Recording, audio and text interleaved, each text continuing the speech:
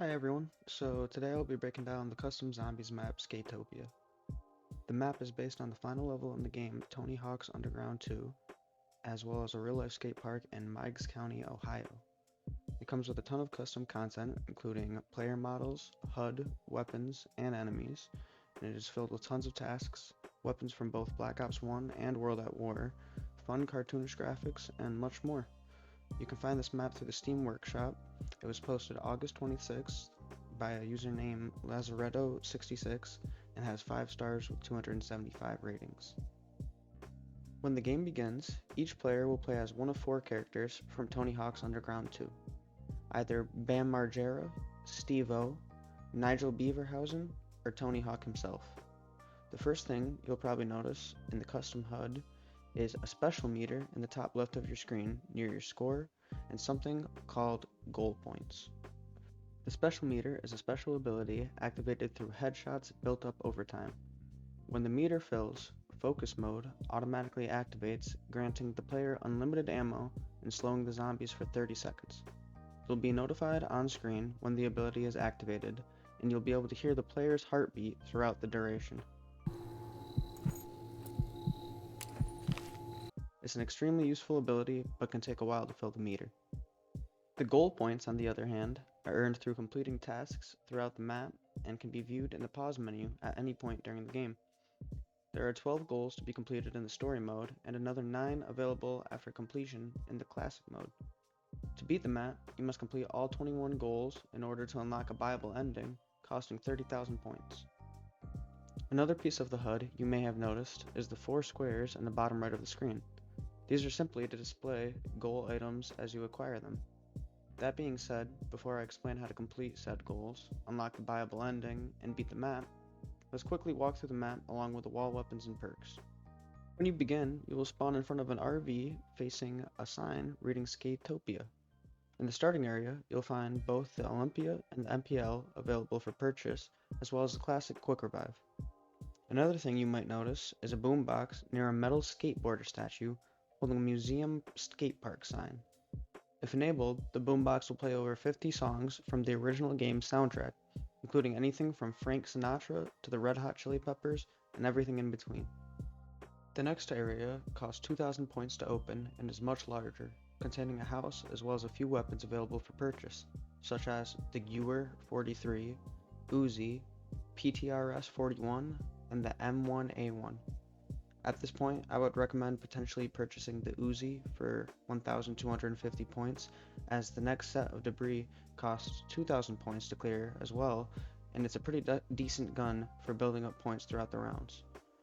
There are 2 steps to a quest that can be completed in this area, both being interactable graffiti tags that say SPAT. One is on the right back side of the Skatopia sign, the other is on the side of the mountain straight ahead to the left of an inaccessible blue ladder. You will have to jump to reach it. Also, notice the green and red shacks on opposite sides of the house. Keep those in mind for later. Once you open the next area, you'll be greeted with the mystery box to the right of a metal barn, as well as speed cola located inside of an empty pool inside the barn. You can use a small wooden ramp to the left of a trailer to easily traverse back and forth between the areas. You may also have seen or heard a buzzing beehive on the left side exterior of the barn. If you shoot it, you'll be informed there are another 4 to find around the map. This is part of one of the story mode goals that can actually be completed at this point. I'll quickly show the location of each individual hive now on screen.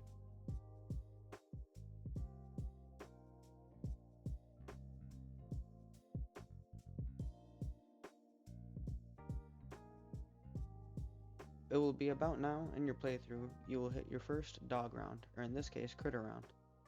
The developer for the map not only added custom skins for the zombies, but the dogs as well, using what I assume is textures from the Tony Hawk game. Fighting through the round, the player will be assaulted by German Shepherds that have combined forces with small but extremely quick and hard to shoot cats, wearing pink sweaters and meowing as they attack. Shooting these cute animals as they attempt to maul you to death is by far the most horror-inducing aspect of this map. Heading back up the hill, the next set of debris will again cost 2,000 points, and will open another decently large area containing a wooden barn along with some skate park sections. On the front of the barn, you'll find the switch for the power directly beside an AK-47U wall buy. To the right of the barn, the player will find Electric Cherry as well as another wall buy, the Stoner 63. To the left of the barn, through a half pipe, you will find the FAMAS on the right side of the ramp, as well as Juggernog straight ahead. Small side note, finding the right area to stand to purchase the FAMAS can be tricky. The next set of debris will cost the player 3,000 points this time, and will open two different locations. On both sides of the barn, an alley will open, leading to a bowling alley, pins, ball, and all. You can activate the ball, sending it flying into the pins as many times as you want, for free. And if you are lucky and you get a strike, you receive a reward in the form of a random power-up. Two more graffiti tags can be found in this alley, the first of which is located on the left side exterior of the barn. The second is at the top of the ladder on the right side of the barn. This leaves only one tag left we will get to later. Clearing the debris will also open a ramp to the right of the barn, leading to an area above Juggernog. This area doesn't contain much besides another boombox and another set of debris costing 1,500 points to open. Once opened, a toolbox is revealed, floating beside a young Ryan Sheckler, a real skater from the original game. Walk through the toolbox to pick it up and bump into Ryan to complete another goal titled Find Ryan Sheckler. He, along with the playable characters, has a few dialogue lines you will hear while near him. Before continuing to open the rest of the map, another goal can be completed. Jump up the small hill to access the area with a pond and head up the hill to the left, onto a narrow section running alongside the mountain. On this small trail, the player can kick down two previously inaccessible blue ladders, creating shortcuts from the house area up the mountain. In between these ladders is yet another broken ladder, leading to another graffiti spot tied to its own separate quest. Spraying it will complete another goal, Tag the Billboard. The next step is to head to the front of the barn, where you can interact with a broken ladder laying on the ground to fix it. This ladder doesn't lead anywhere important, just to the barn roof, but fixing it will clear debris to the left of the half pipe, leading to another area. In this area, the player will find Deadshot Area, opposite of a M16A1 wall buy, as well as a staircase leading to a colorful box containing octobombs, aka Little Arnies, for purchase costing 2,000 points.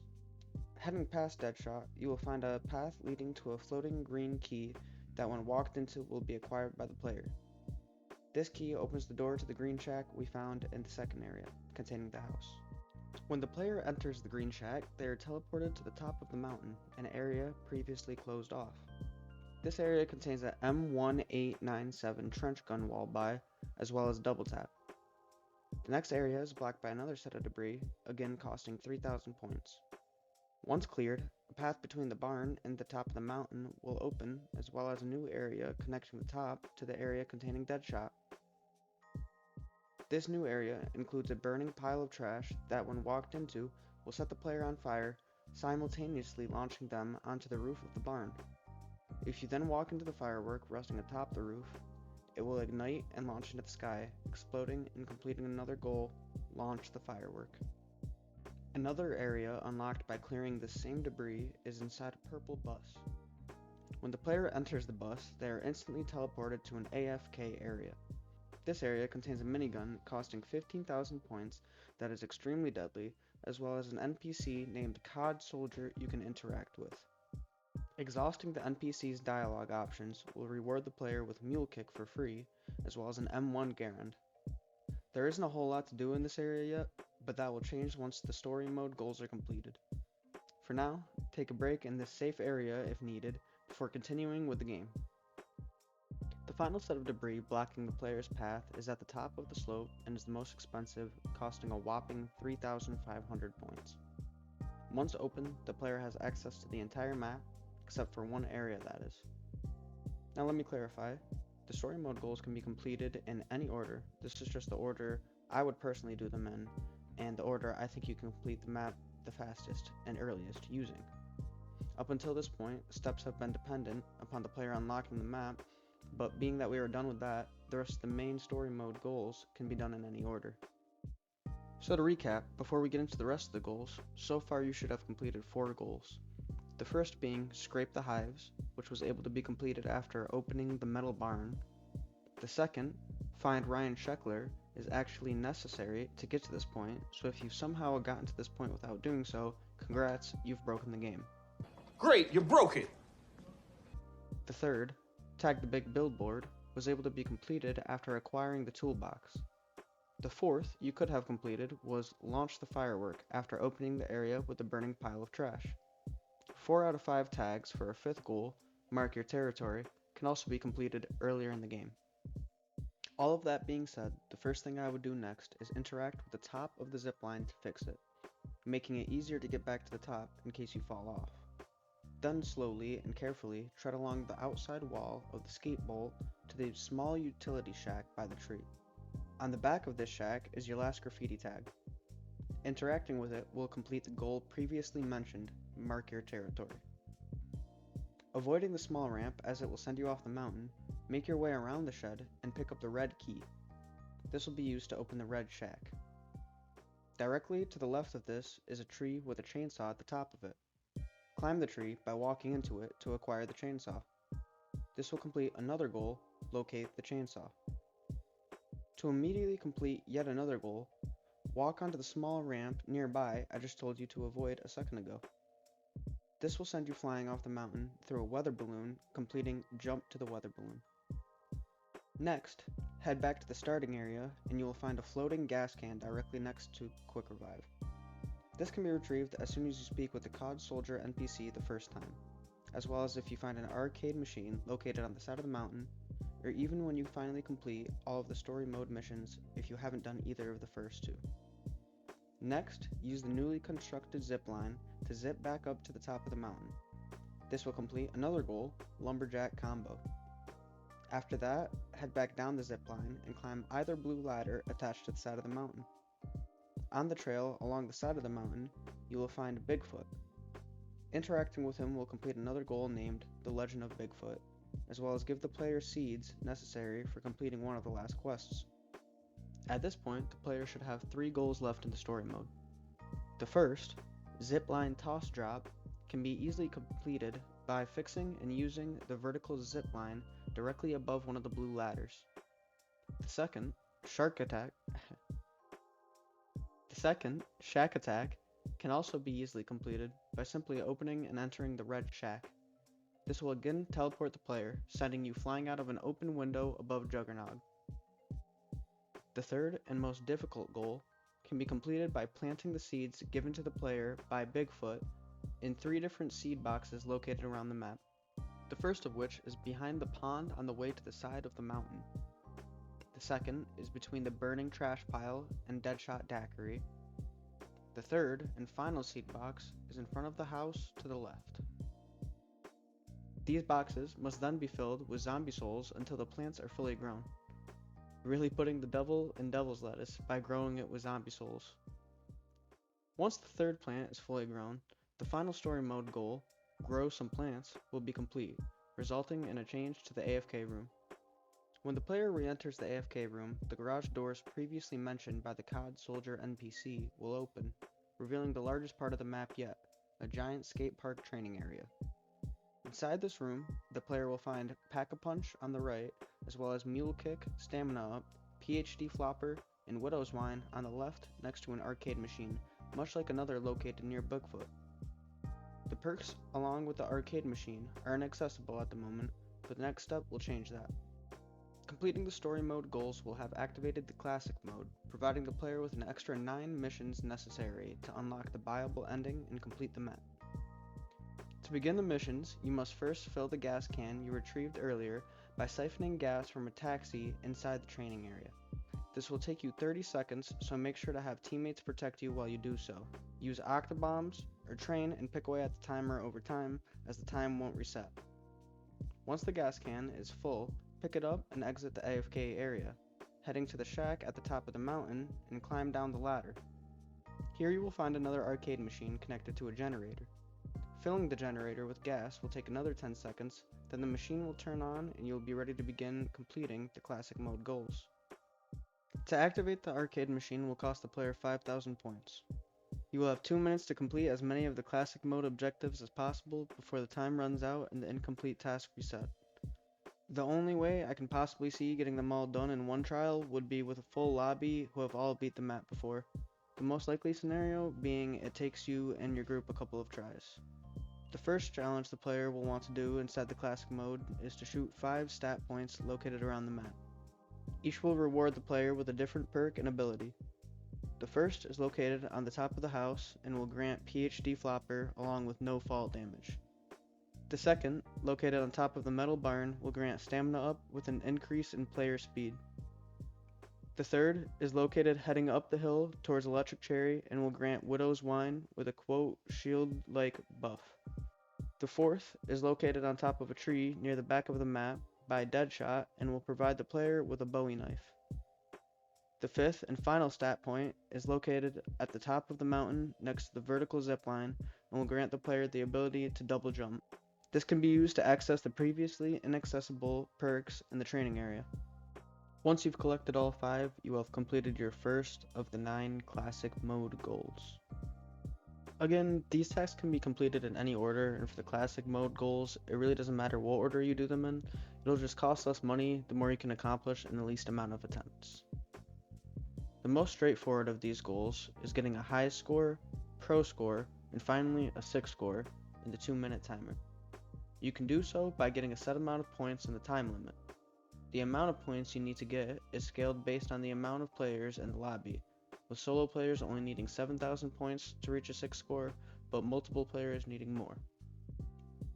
Once you've gotten a 6 score, you've completed 3 more of the classic mode goals. The next 2 of the challenges I'll go over both require the player or players to find and shoot letters around the map. Starting near the top of the ramp that leads you to young Ryan Sheckler, the letters S, K, A, T, and E can be found heading down the hill to the house. The S is found in the back of the level on top of a fence, followed by the K located on the ramp railing. Next is the A located under the free land mural heading down the hill, followed by the T on the back of the house, and finally the E is above the cement mixer at the bottom of the giant slope. These letters can be shot in any order with any size time gap between the shots. Around the house is also where you will find the letters C, O, M, B, and O scattered around the area. These letters must be shot in order, within 3 seconds of each other, beginning with the C in front of the metal barn, followed by the O in front of the trailer. Next is the M on the left back side of the Skatopia sign. After that is the B to the right of the shed containing Quick Revive. Finally, the O is located next to the cement mixer. These can also be shot in reverse order. Another extremely easy goal to accomplish is to shoot a floating tape located on the slope near the hive you previously shot. This would be an easy goal to complete after finishing either of the 2 previous goals mentioned or near the end of an attempt. The last 2 goals both involve collecting items around the map. The stinkier of the 2 being to shoot or walk over 5 skunks hidden around the map. The first can be located on top of the red shack. The second is located on the back of the Quick Revive shed's roof. The third can be found located on a railing on the side of the mountain under the big board you tagged earlier. The fourth is located at the top of the main zipline heading up the big slope at the end of a log. And finally, the last skunk sits on top of the right side roof of the barn, where the player previously climbed the ladder to spray the graffiti. The last goal the player needs to accomplish to unlock the Buyable ending is to find 5 bags of dog food hidden around the map. The first of these bags can be found near Bigfoot in the vertical zipline. The second is located on the porch of the house near the red shack. The third can be found behind the metal barn heading up the hill. The fourth is located in the alley on the left side of the wooden barn. And the final bag of food and the final item needed to unlock the Buyable ending is located at the top of the mountain near the shed and tree where the player collected the red key. Once the last goal is completed, the map will turn to nighttime. This is able to be toggled on or off using the arcade machine and the pack-a-punch room. Head back to the very start of the map where your journey first began, and you will be given the option to fill the RV with the remaining half of the gas can. This will take 10 seconds, and once completed, will unlock the Buyable ending for 30,000 points. Kill zombies, save your points, and when you have enough to purchase the ending, skate your way into the distance.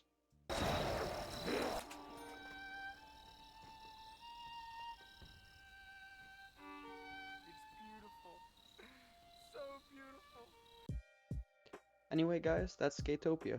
I really enjoyed playing this map very much, so much so that I decided to make my first COD Zombies video breaking it down. I never actually played Tony Hawk's Underground 2 or any Tony Hawk game, but I still had a lot of fun playing it and would recommend any custom zombies player to give it a try. Between the map's art style, level layout, custom characters, enemies, HUD, and the soundtrack, I'd say you're bound to enjoy some aspect of it no matter what. It also has a ton of replayability, and I'm sure I'll be coming back to it every now and then. Also, if there was anything I missed or got wrong in the video, please let me know in the comments, and I'll do my best to update it in the description. But yeah, hope you enjoyed the video. I definitely plan on doing more custom zombies map breakdowns. Thank you very much for watching, and I'll see you in the next one. Also, again, shout out to Lazaretto66 for making the map. On its Steam Workshop, you can find their written guide and the discussions if you just want simple directions without me blabbing, as well as a section for speedruns. Currently, TC Fuzz owns the only run posted, completing the map in under 20 minutes, so shout out them as well. I'll hopefully link their video in the description.